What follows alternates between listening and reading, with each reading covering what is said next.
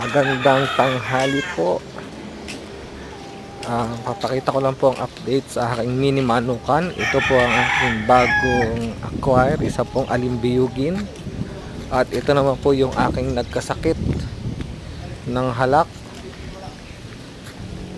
Yan po, okay na po siya. Ang ginamot ko nga pala ay Amtil.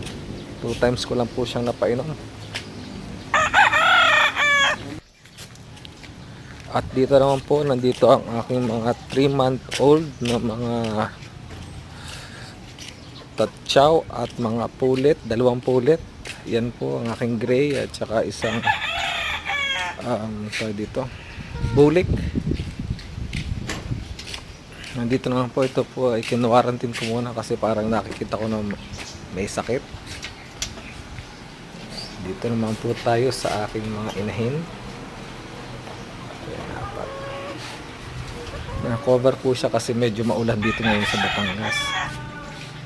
Dito naman po ang aking mga sisiw. Nandito po ang aking day old. Kakukuha ko lamang 9 pieces po sila. Dito po ang aking DIY na brooder. Tapos dito naman po ang aking 3 week old na sisiw. Dito na po sila ngayon, masisigla. Ayan.